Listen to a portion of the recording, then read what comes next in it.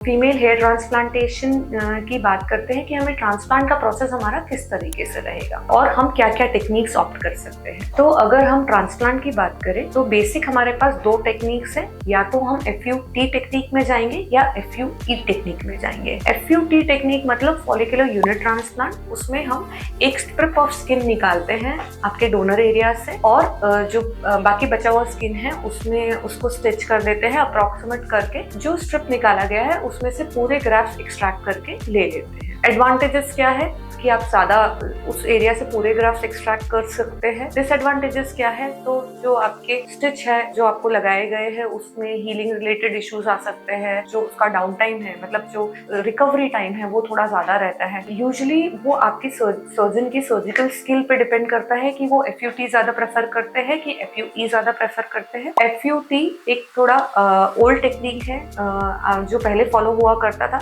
आजकल FUE के भी एडवांसमेंट इतने अच्छे आ गए हैं कि FUT की बहुत रेयरली जरूरत पड़ती है और FUE से ही सारा काम हो जाता है। FUE के एडवांटेजेस क्या है, एक स्कारिंग मिनिमल है, रिकवरी टाइम फास्ट है, like ready to go procedure है। फीमेल्स में आप करा रहे हैं तो कोई बैंडेज करने की जरूरत नहीं है ना, तो आपको अच्छे रिजल्ट FUE टेक्निक से भी मिल सकते हैं। जब हम ट्रांसप्लांट की बात करेंगे तो आपका प्रोसेस, अगर हम FUE टेक्निक में जा रहे हैं, हम 3 प्रोसेस में डिवाइड करेंगे। पहले जो आपका सर्जिकल प्रेपरेशन होगा, तो उसमें कैसा होगा, क्योंकि फीमेल्स में हम कंप्लीट ट्रिमिंग नहीं कर सकते, तो एक पर्टिकुलर स्टेप में आपका हेयर ट्रिम होगा ताकि आपके जो डोनर एरिया है उसकी विजिबिलिटी ना रहे। तो आपके सर्जन प्रॉपर्ली वो आइडेंटिफाई करके एंड उस हिसाब से ही हेयर का ट्रिमिंग करेंगे।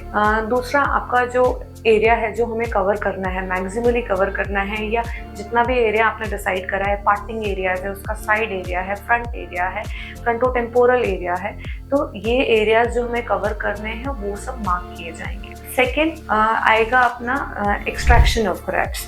तो जब हम ग्राफ्ट एक्सट्रैक्ट करते हैं तो हम वेरियस पंचेस यूज करते हैं ग्राफ्ट एक्सट्रैक्शन के लिए। वो डिपेंड करता है कि आपका हेयर किस तरीके का है, हेयर डायमीटर कैसा है। फीमेल्स में एक ये बहुत इंपॉर्टेंट बात है कि क्योंकि डोनर एरिया डिफाइन नहीं है, तो हमें जो आपका ऑक्सीपिटल एरिया है जहाँ से हमें ग्राफ्ट लेना है, पीछे वाला पोर्शन ऑफ स्कैल्प, वहाँ पे बहुत थिनिंग है, तो इतना अच्छा रिजल्ट नहीं आता है। बट अगर आपके हेयर का क्वालिटी बहुत अच्छा है या आइडेंटिफाई कर सकते हैं ऐसे एरियाज जहाँ से आपके हेयर लिए जा सकते हैं, तो आपको अच्छे रिजल्ट्स। यूजुअली इसमें लॉन्ग हेयर FUE भी कर सकते हैं, बट उसके कुछ डिसएडवांटेजेस हैं, क्योंकि फीमेल के हेयर लॉन्ग रहते हैं। अगर हम वो एक्सट्रैक्ट करते हैं और लगाते हैं तो जो आपका रेसिपिएंट एरिया है उसमें आपको बहुत ज़्यादा संभालना पड़ता है। अगर आप प्रॉपरली नहीं संभालते हैं तो वो लॉन्ग हेयर के कारण ग्राफ्ट्स बाहर आ जाते हैं, तो यूजुअली वो एक प्रेफर्ड मेथड नहीं है। बट हम इस प्रॉपर ट्रिमिंग करके प्रॉपर एरियाज लेके अगर ट्रांसप्लांट करते हैं तो उस तरीके से आपका हेयर ट्रांसप्लांटेशन कर सकते हैं। एक्सट्रैक्शन के बाद आपका स्टेप आएगा स्लिट मेकिंग, मतलब प्रॉपर ऐसे स्पेसेस बनाए जाएंगे खाली एरियाज में जहाँ पे आपके ग्राफ्ट्स हम प्लेस करेंगे। तीसरा जो प्रोसेस रहता है इम्प्लांटेशन। इम्प्लांटेशन प्रोसेस मतलब जो स्लिट्स क्रिएट कर दी गई है उसमें स्टाफ जो भी अराउंड 4 to 5 उसमें मेंबर्स लगते हैं जो प्रॉपर तरीके से आपके जो ग्राफ्ट्स हैं उस स्लिट में प्लेस करते हैं। आपका ये हेयर ट्रांसप्लांटेशन का procedure in case of females थोड़ा लंबा चलता है। इवन 1500-1800 ग्राफ्ट के लिए भी पूरा दिन अराउंड 6 to 8 आवर्स का सर्जरी चलता है। इसके बाद आएगा आपका पोस्ट केयर।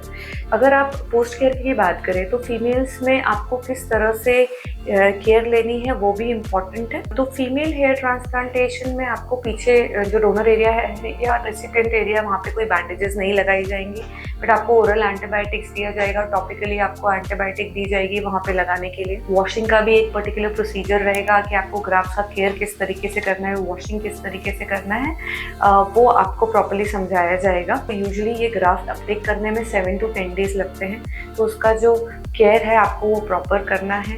ग्राफ्ट को वेट रखने के लिए आपको सलाइन स्प्रे दिया जाएगा, वो आपको करना पड़ेगा। वॉशिंग का एक प्रॉपर प्रोसीजर रहेगा, क्योंकि एकदम से आप नॉर्मली वॉश नहीं कर सकते, किस तरह से आपको माइल्ड वॉश करना है वो भी आपको समझाया जाएगा। ये पूरा केयर आपका 7 to 10 डेज चलेगा। एक बार आपका 7 to 10 डेज हो गया, इसके बाद आपका शेडिंग फेज स्टार्ट हो जाएगी। तो जो आपके ट्रांसप्लांटेड हेयर है वो एकदम से ग्रो नहीं करने वाले हैं। आपको आपके ट्रांसप्लांटेड हेयर शेड ऑफ हो जाएंगे, तो वापस आपको एम्प्टीनेस फील होगी। शेडिंग वेरी करती है परसेंटेज में, 10% से 90% तक का शेडिंग हो सकता है। आपको कब से ग्रोथ एक्सपेक्ट करना है, तो एटलीस्ट 2.5 to 3 मंथ्स के बाद आपके हेयर आना स्टार्ट होंगे। आप कंप्लीट रिजल्ट कब एक्सपेक्ट कर सकते हैं, तो कंप्लीट रिजल्ट आने में अराउंड 8 to 12 मंथ्स लगते हैं और 12 to 18 मंथ्स तक भी हेयर आते रहते हैं और आपको रिजल्ट की एक्सपेक्टेशन प्रॉपर रहे। इसके अलावा ग्रोथ प्रमोट करने के लिए आपको कुछ मेडिसिन, कुछ लगाने वाले लोशंस दिए जाएंगे, आप PRP भी सजेस्ट की जाएगी ताकि आपको प्रॉपर रिजल्ट आए at the end of your time period which is around 12 months. तो उसके बाद आपको प्रॉपर रिजल्ट आए तो आपको प्रॉपर इंस्ट्रक्शंस फॉलो करने हैं। पेशेंट के काफ़ी कंसर्न्स भी रहते हैं इसमें कि मैम पेन कितना होगा हेयर ट्रांसप्लांटेशन, क्या हमको, मेन कंसर्न ये है। दूसरा कंसर्न है कि पूरे हेयर बॉयल करने पड़ेंगे, तो जो पूरे हेयर बॉयल करने पड़ेंगे तो नहीं, ऐसा नहीं होगा, ये हम ऑलरेडी डिस्कस कर चुके हैं। बट अगर आप पेन की बात करें तो यूजुअली जो हेयर ट्रांसप्लांटेशन है वो लोकल एनेस्थीसिया में होता है। लोकल एनेस्थीसिया मतलब जिस एरिया में हमें वर्क करना है उसी एरिया को हम एनेस्थेटाइज करेंगे। लोकल एनेस्थीसिया में जब आपको एनेस्थीसिया दे रहे हैं तो यस आपको पता लगेगा, बट वो एनेस्थीसिया बहुत लिमिटेड टाइम के लिए रहेगा। 5 to 10 मिनट्स में आपका एनेस्थीसिया कंप्लीट हो जाएगा। उसमें भी हम काफ़ी ऐसे मेथड्स यूज़ करते हैं, जैसे वाइब्रेटर्स वगैरह यूज़ करते हैं, इवन नमिंग क्रीम भी यूज़ कर सकते हैं ताकि आपको पेन कम हो। सिमिलरली जब हम रेसिपिएंट एरिया, मतलब जहां आपको ट्रांसप्लांट करना है, जब हम उसको रेसिपिएंट एरिया को प्रिपेयर करेंगे तो हम सिमिलरली उसमें भी लोकल एनेस्थीसिया देंगे। तो आप ये मानिए कि 10 मिनट आपको डोनर एरिया में और 10 मिनट्स अराउंड रेसिपिएंट एरिया में इतना पेन रहेगा।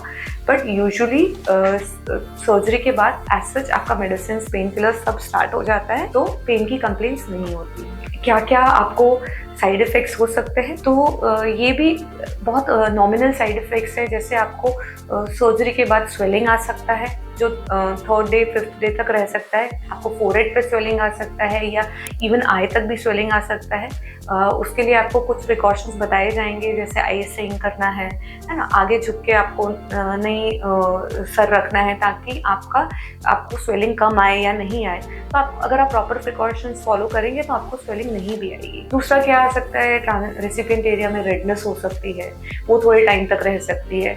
नमिंग का इफेक्ट हो सकता है क्योंकि उस एरिया में ट्रांसप्लांट किया गया है, तो आपका जो नर्व्स रहता है उसकी रिकवरी में टाइम लगता है।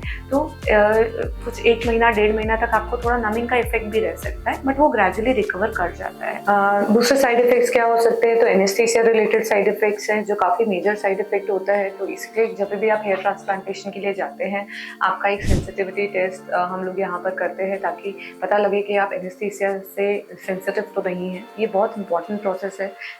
कुछ ऐसे सेंटर्स जहाँ पे अनक्वालिफाइड लोग हेयर ट्रांसप्लांटेशन कर रहे हैं, ऐसे बहुत सारे सेंटर्स हैं इंडिया में। Because of lack of rules and regulations nobody is bothered कि कहाँ हम हेयर ट्रांसप्लांटेशन करा रहे हैं। लोग प्राइस फैक्टर देख के कभी कभी गलत जगह भी फंस जाते हैं और प्रॉपर प्रिकॉशंस ना लेने के कारण फिर ऐसे हादसे भी होते हैं। तो जब भी आप एक हेयर ट्रांसप्लांटेशन के लिए सर्च करें, चाहे आप मेल हेयर ट्रांसप्लांटेशन के लिए सर्च करें या female, always go for a board certified hair transplantation surgeon.